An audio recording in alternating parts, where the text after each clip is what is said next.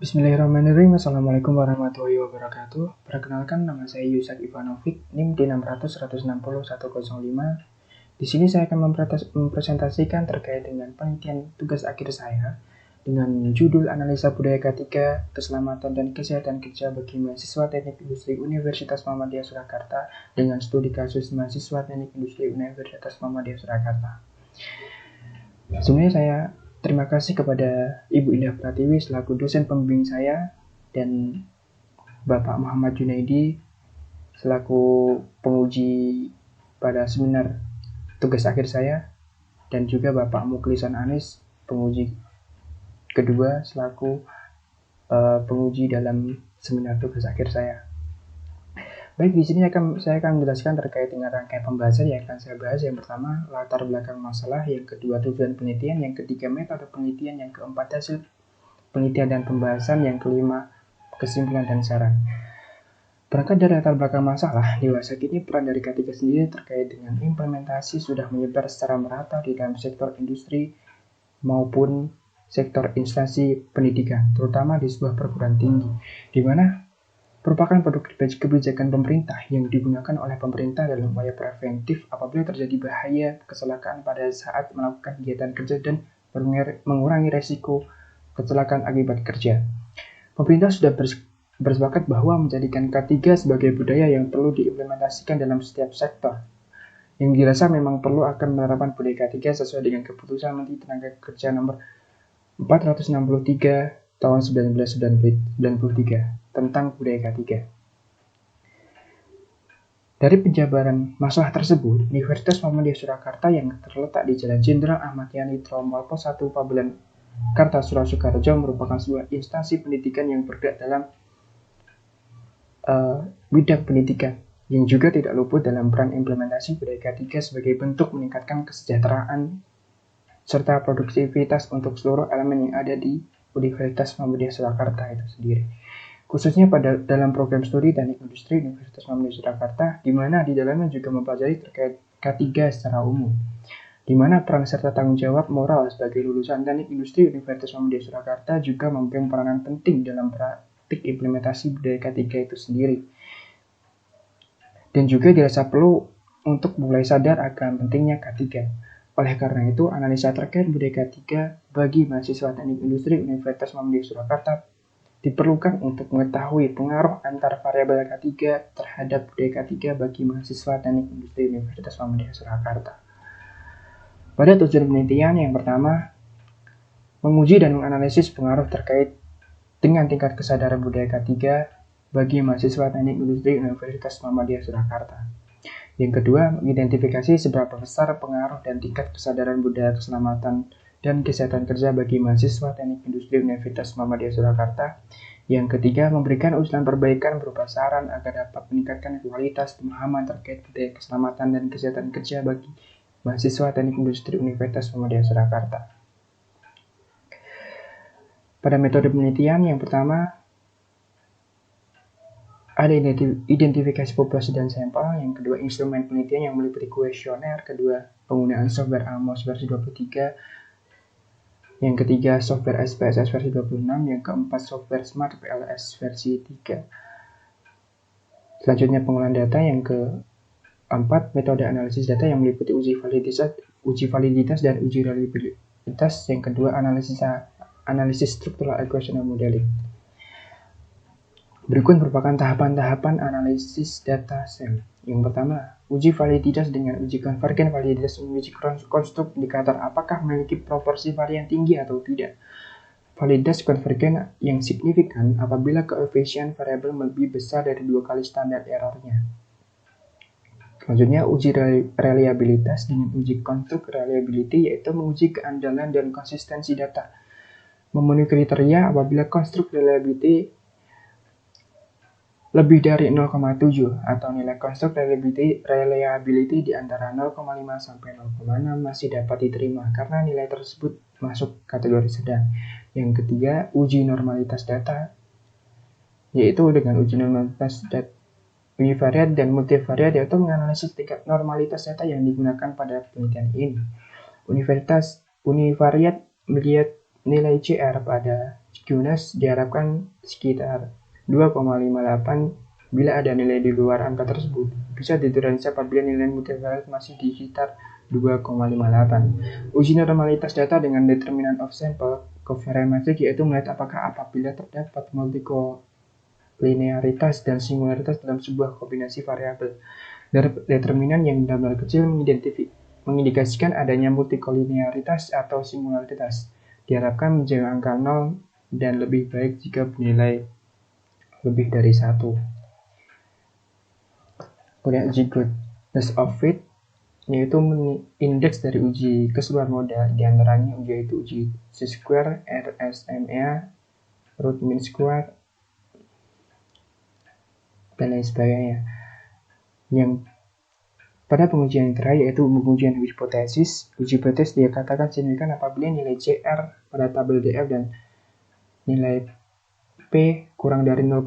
Apabila nilai CR dan P tidak dapat memenuhi kriteria tersebut, maka dapat dikatakan hipotesis tidak mempunyai pengaruh yang signifikan. Kemudian dimensi yang mempunyai pengaruh signifikan terhadap kesadaran mahasiswa terkait budaya K3 dan rekomendasi dari responden dijadikan dasar landasan untuk memberikan usulan berupa saran terhadap program studi studi teknik industri Universitas Muhammadiyah Surakarta dalam upaya meningkatkan serta konsisten dalam upaya memupuk kesadaran akan pentingnya budaya K3.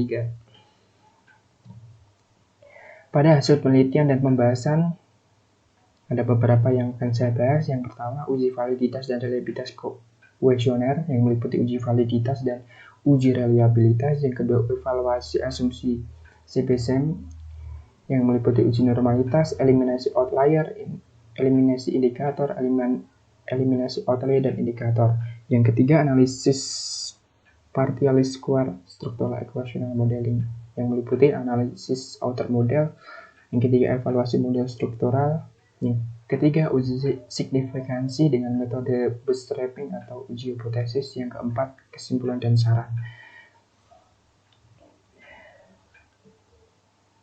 Pada uji hipotesis reliabilitas kuesioner, di sini saya akan menjelaskan terkait uji validitas kuesioner yang saya gunakan pada software SPSS versi 26. Di mana pada tabel tersebut, pengujian ini dilakukan cara membandingkan nilai R hitung dengan nilai R tabel untuk degree of freedom sama dengan N-2 dengan jumlah sampel N sama dengan 120 dan besarnya degree of freedom 120 dikurangi 2 dan diperoleh hasil 118 sampel.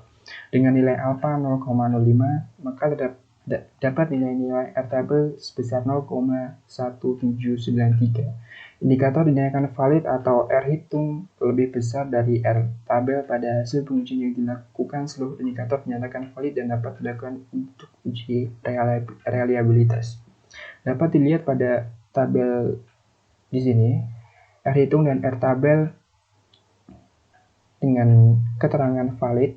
Nah, dan untuk uji reliabilitas kuesioner dilakukan menggunakan software SPSS versi 26, di mana keseluruhan konstruk atau variabel dapat dikatakan reliable jika nilai Cronbach alpha lebih dari 0,6. Dari hasil pengujian dapat diambil kesimpulan bahwa keseluruhan konstruk atau variabel mempunyai nilai Cronbach alpha 0,940 lebih besar dari 0,6, sehingga bahwa semua indikator yang sudah ada reliable atau handal untuk mengumpulkan objek kajian. Terkait uji normalitas yang dilakukan pada evaluasi asumsi-asumsi CBSM, yang pertama, pada uji normalitas ini diperlukan untuk mengetahui data tunggal maupun normalitas multivariat. Pada uji normalitas pada software AMOS versi 23 dapat dilakukan dengan melihat output assessment of normality, di mana nilai CR pada skewness untuk univariat mempunyai nilai ketentuan nilai 2,58 dan apabila terdapat nilai di luar angka tersebut masih bisa dilakukan toleransi. Apabila pada nilai multivariat muncul nilai masih di kisaran 2,58. Dapat dilihat dari tabel tersebut bahwa nilai singularitas atau dari CR tersebut masih tergolong jauh dari nilai standar. di mana output dari uji normalitas menunjukkan bahwa data pada penilaian ini tidak berdistribusi normal. Pada pengujian univariat atau multivariat, hal ini disebabkan bahwa karena terdapatnya outlier menurut Latham 2013. Terdapat beberapa cara atau langkah yang dapat dilakukan untuk menormalkan data, yaitu dengan menghilangkan outliers, dengan menggunakan indikator, dan menghilangkan outlier serta indikator dari model struktural. Dari eliminasi outlier untuk melihat ada atau tidaknya outlier pada data dengan software Amos versi 23 dapat dilihat pada data observation farthest from the centroid Mahalanobis distance yang kemudian dibandingkan dengan nilai pada kolom Mahalanobis distance dengan nilai C-square. Apabila nilai Mahalanobis distance kurang dari nilai C-square, maka dapat disimpulkan bahwa terdapat outlier.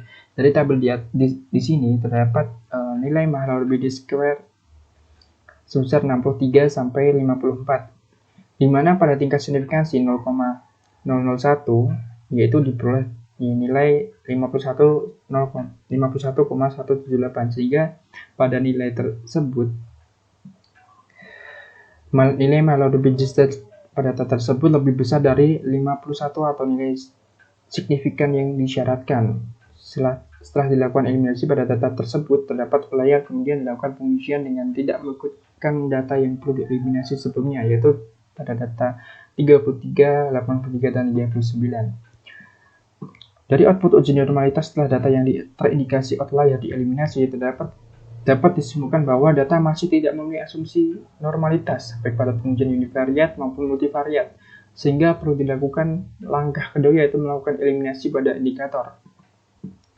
Di mana langkah memilihkan indikator yaitu dengan melihat nilai dari loading factor terkecil dengan berdasar pada nilai ketentuan. Apabila nilai loading factor lebih dari 0,6, dikatakan indikator tersebut valid sebagai pengukur variabel latennya. Dan apabila nilai indikator kurang dari 0,6, dikatakan indikator tersebut tidak valid.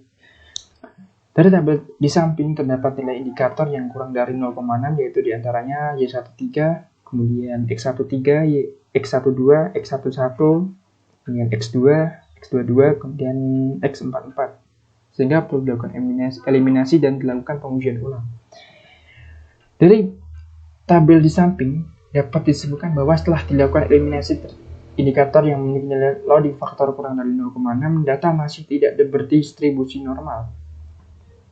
Karena pada pengujian multivariat masih memiliki nilai-nilai CR sebesar 20,824, sehingga menunjukkan data yang akan dianalisis tidak berdistribusi normal.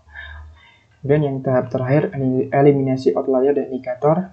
Dari tabel di atas dapat disebutkan bahwa setelah dilakukan eliminasi data yang terindikasi outlier dan eliminasi indikator yang memiliki nilai loading faktor kurang dari 6, data masih tidak memenuhi asumsi normalitas dan menunjukkan bahwa data yang akan dianalisis tidak berdistribusi normal.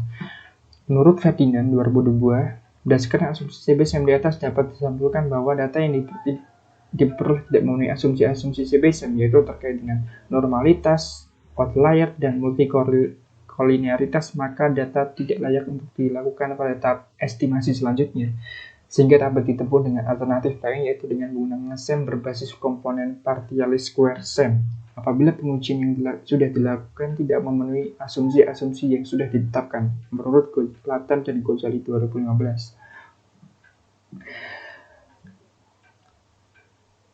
Pada tahap ini, tahap alternatif yaitu menggunakan software Smart PLS versi 23 dengan analisis partialis square structural equation modeling.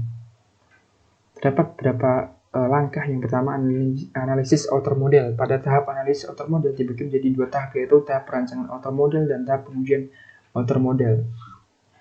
Pada perancangan outer model dapat dilihat pada gambar di samping, yaitu dengan keterangan IND yang merupakan faktor individu, RG merupakan faktor organisasi, PKJ merupakan faktor pekerjaan, LKG merupakan faktor lingkungan, KSD merupakan faktor kesadaran budaya ketiga. Pada uji validitas data pada rancangan outer model, dalam pengujian uji validitas data pada rancangan outer model terdapat dua tahap, yaitu dengan menggunakan analisis convergent validity dan discriminant validity. Yang pertama, uji validitas data dengan analisis convergent validity. Convergent validity memiliki arti bahwa blok indikator yang memiliki suatu variabel laten, atau dengan kata lain menunjukkan bahwa validitas hubungan antara konstruk atau variabel laten dengan indikatornya, menurut Sarwono 2010, di mana pengukuran convergent validity diketahui dengan melihat nilai outer loading dan nilai AV. Pada ujian convergent validity dengan outer loadings, menurut Yudatama dan Nija 2019 pada penelitian ini menggunakan standar nilai penelitian pengembangan karena pada penelitian ini menunjukkan tujuan untuk konfirmatory, sehingga nilai outer loading diharapkan 0,7. Dapat dilihat pada tabel di sini bahwa nilai indikator pada setiap variabel masing-masing bersifat heterogen, yaitu berbeda-beda. Nah, dari yang saya tulis dengan font merah ini merupakan indikator yang memiliki nilai outer loading kurang dari 0,7 dan perlu dilakukan eliminasi dan perlu dilakukan pengujian ulang. Di antaranya indikator yang perlu dieliminasi merupakan X13, X11, X22, X44, dan Y13. Dengan uji conversion validity dengan outer loading iterasi kedua, nah dari tabel di samping diperoleh bahwa data dari setiap indikator sudah memiliki nilai asumsi atau outer loading lebih dari 0,7 dan dinyatakan memiliki uji conversion validity yang baik. Seperti itu. Kemudian uji conversion validity dengan average variance extract. Metode yaitu metode pengujian yang dilakukan untuk keperluan mengukur conversion validity adalah dengan menggunakan average variance extract.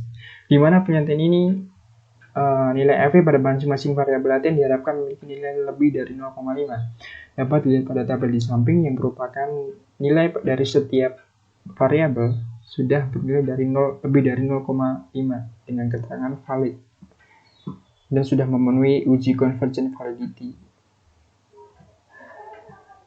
Terkait dengan uji validitas data dengan analisis discriminant validity, yaitu untuk mengetahui tingkat perbedaan pada suatu konstruk indikator pada suatu pengukuran variabel laten tersebut, di mana pengukuran sebuah konstruk indikator hanya cocok berpasangan dengan variabel laten yang mendasarinya. Dalam melakukan penilaian discriminant validity dari pengukuran model efektif dapat menggunakan nilai dari cross-loading faktor yang dengan perbandingan akar kuadrat AV dan dengan latent variable correlation. Uji discriminant validity dengan cross-loading, yaitu melakukan evaluasi cross-loading dilakukan yang membandingkan nilai outer loading suatu blok indikator dari suatu variabel dengan nilai outer loading dari blok indikator variabel laten lain. Dan apabila nilai outer loading setiap indikator pada variabel laten yang mendasarinya lebih besar daripada nilai outer loading pada variabel laten lain, berarti variabel laten tersebut dapat memprediksi indikator mereka sendiri lebih baik daripada blok indikator variabel laten lain. Dan apabila nilai outer loading blok indikator dengan variabel laten yang mendasarinya lebih rendah daripada nilai outer loading blok indikator dengan variabel laten lain, maka tingkat kecocokan indikator dengan variabel latennya perlu dipertimbangkan lagi pada tingkat kecocokannya. Dapat dilihat pada tabel di sini bahwa nilai blok variabel dari setiap indikator ini kita contohkan dari blok variabel individu, yaitu X12, X14, dan X15, bahwa dari blok indikator lainnya itu nilainya kurang dari 0,7 seperti itu. Dan pada blok indikator ini sudah dinyatakan pada uji discriminant validity dengan cross-loading dapat disebutkan bahwa konstruk laten dapat memprediksi indikator pada bloknya, baik jika pada saat dibandingkan dengan indikator pada blok lainnya, maka dianggap secara keseluruhan variabel laten yang diestimasi sudah memenuhi discriminant validity yang baik.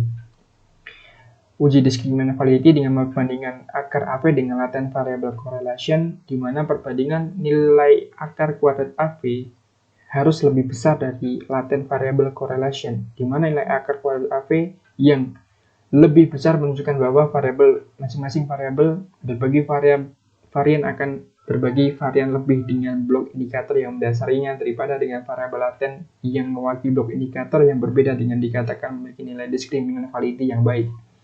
Dari tabel di atas menunjukkan bahwa nilai kuadrat AV pada seluruh variabel laten lebih tinggi dibandingkan dengan nilai korelasi antar variabel laten menurut Fornell and Bernstein 1982. Sebagaimana tabel di atas menunjukkan bahwa semua variabel laten dalam model yang diestimasi sudah memiliki kriteria discriminant validity dan nilai discriminant validity yang baik. Uji reliabilitas data pada rancangan outer model. Menurut Ghazali dan Lathan 2015 pada pengujian rancangan pengukuran model outer model, selain diukur dengan uji validitas juga dapat diuji dengan reliabilitas konstruk atau variabel laten, di mana pengukuran dilakukan dengan dua cara, yaitu dengan melihat nilai Cronbach alpha dan composite reliability, di mana nilai composite reliability maupun Cronbach alpha harus lebih dari 0,7, dan untuk penelitian yang bersifat confirmatory maka nilai lebih dari 0,6 sampai 0,7 masih dapat diterima untuk penelitian yang bersifat exploratory. Pada tabel di atas menunjukkan bahwa nilai Cronbach alpha maupun composite reliability memiliki nilai lebih dari 0,7, di mana sudah memenuhi batas minimal yang disyaratkan, sehingga dapat dikatakan semua konstruk sudah memenuhi kriteria dan dinyatakan reliable atau memiliki reliabilitas yang baik. Kemudian pada evaluasi model struktural atau inner model, pada tahap ini dapat dibagi menjadi beberapa tahap, di antaranya pengujian intermodel dengan melihat R-square, T-square, atau blind folding, di mana pengujian inner model atau model struktural dilakukan untuk melihat hubungan antar variabel, nilai signifikansi atau R-square dari model penelitian. Menurut Ghazali dan Lathan 2015, dalam menilai model dengan Smart PLS dapat dimulai dengan melihat nilai R-square untuk setiap variabel laten dependen. Kita masuk pada pengujian inner model dengan R-square. Dari tabel di atas menunjukkan bahwa konstruk kesadaran nilai R-square sebesar 0,76. Pada penelitian Chin 0,765 masuk dalam kategori kuat. Nah, dengan keterangan kuat ini, sehingga dapat dikatakan interpretasi variasi pada kesadaran dapat dijelaskan oleh konstruk individu, organisasi, pekerjaan, dan lingkungan sebesar 76,5%. Sedangkan sisanya 23,5% dipengaruhi oleh variabel di luar model penelitian. Yang kedua, pengujian inner model dengan T-square. Pada pengujian T-square atau yang lebih dikenal dengan pengujian Stoengis harus dilakukan untuk mengetahui nilai kapabilitas prediksi, di mana pada software Smart PLS, pengujian T-square dilakukan dengan blind folding. T-square juga digunakan untuk mengetahui seberapa baik nilai observasi yang telah dihasilkan oleh model, sehingga model memiliki nilai relevansi prediktif, di mana nilai dari T-square yang lebih dari 0 menunjukkan bahwa model memiliki relevansi prediktif, dan sebaliknya. Dari tabel di atas menunjukkan bahwa konstruk kesadaran memiliki nilai T-square sebesar 0,441, di mana nilai tersebut lebih besar dari nilai relevansi, yaitu lebih dari 0,0, dan hal ini menunjukkan bahwa variabel laten endogen dalam model yang diusulkan dalam penelitian memiliki nilai relevansi prediktif. Pada tahap yang terakhir, yaitu uji signifikansi dengan metode bootstrapping atau uji hipotesis, di mana evaluasi model struktural atau inner model dapat dilakukan dengan uji signifikansi menggunakan metode bootstrapping, di mana nilai signifikansi level yang harus digunakan pada penelitian ini yaitu 5% atau 2 ekor dengan nilai t-value sebesar 1,96, di mana hipotesis akan diterima jika nilai t statistik lebih besar dari nilai t-value. Hal ini menandakan bahwa variabel laten tersebut memiliki pengaruh yang signifikan terhadap variabel laten lain, dan jika nilai p-value kurang dari tingkat nilai signifikan, yaitu 0,05, begitu juga sebaliknya jika nilai t statistik kurang dari t-value, berarti nilai variabel laten tersebut memiliki pengaruh yang tidak signifikan terhadap variabel laten lain, dan p-value lebih dari tingkat signifikan 0,05, maka hipotesis tersebut ditolak.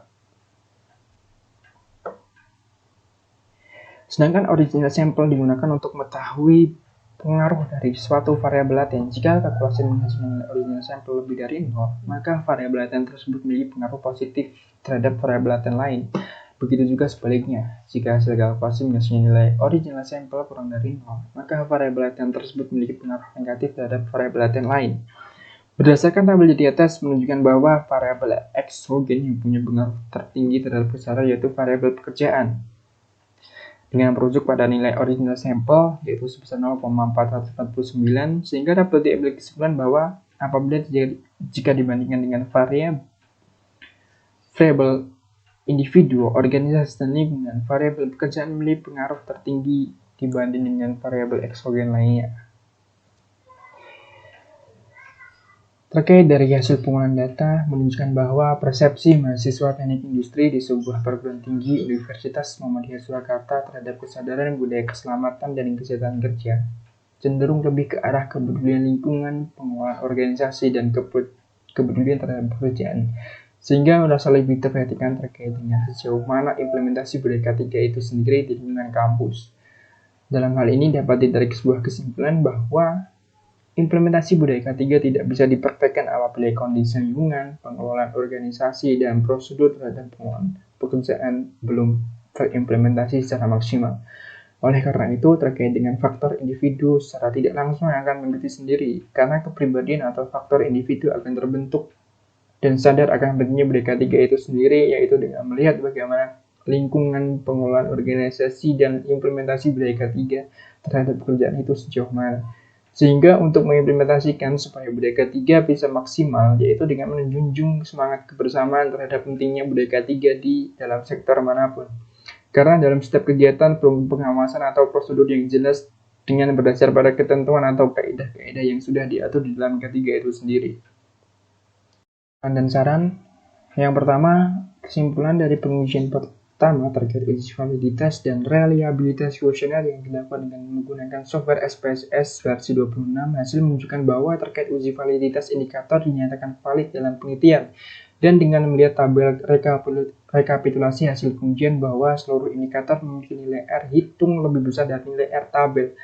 Sedangkan pada uji reliabilitas kuesioner menunjukkan bahwa keseluruhan konstruk atau variabel mempunyai nilai Cron-Bunch alpha sebesar 0,940, di mana nilai tersebut lebih besar dari 0,6, sehingga dari hasil tersebut dinyatakan bahwa semua indikator yang ada sudah reliable atau handal. Yang kedua, pada analisis outer model terkait dengan uji convergent validity dengan outer loading terdapat indikator yang dinyatakan terindikasi mempunyai nilai loading faktor kurang dari 0,7, sehingga perlu dieliminasi dan dilakukan pengujian ulang. Di antaranya indikator yang perlu dieliminasi merupakan indikator X11, X13, X22, dan X44 serta indikator Y13, dan perlu dilakukan pengujian ulang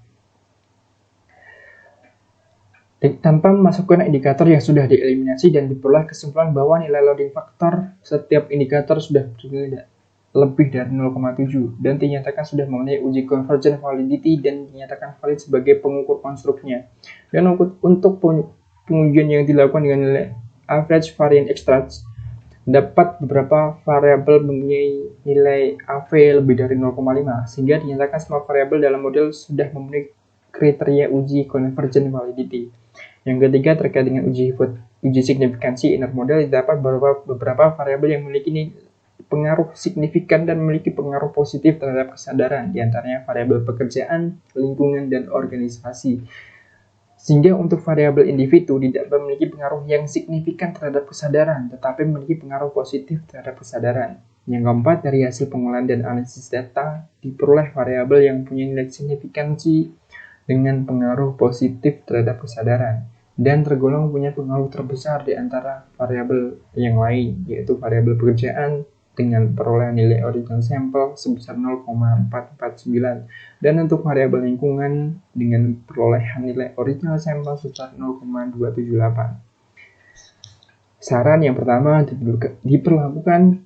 diperlukan pengajian ulang terkait dengan penerapan budaya K3 pada program studi teknik industri Universitas Muhammadiyah Surakarta, supaya dalam pelaksanaan dan implementasi bisa merata dan maksimal pada seluruh fokusan yang dirasa memang perlu penerapan akan budaya K3 itu sendiri.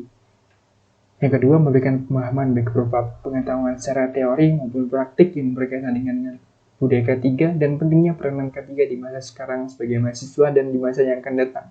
Karena melihat peranan dari K3 itu sendiri sangat sentral dan sangat penting dalam sektor manapun, sehingga mahasiswa dapat mendapatkan bekal atau pengalaman lebih terkait dengan K3 itu sendiri. Sekian dari presentasi yang dapat saya sampaikan. Apabila terdapat salah kata, penggunaan kata yang kurang tepat, saya minta maaf sebesar-besarnya. Terima kasih. Wassalamualaikum warahmatullahi wabarakatuh.